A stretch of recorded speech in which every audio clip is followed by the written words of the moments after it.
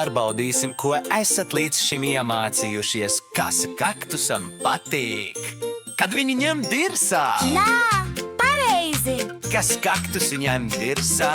Līga! Jā, pareizi! Un kā tu aprakstītu šo ņemšanu īsumā? Ir dirzā!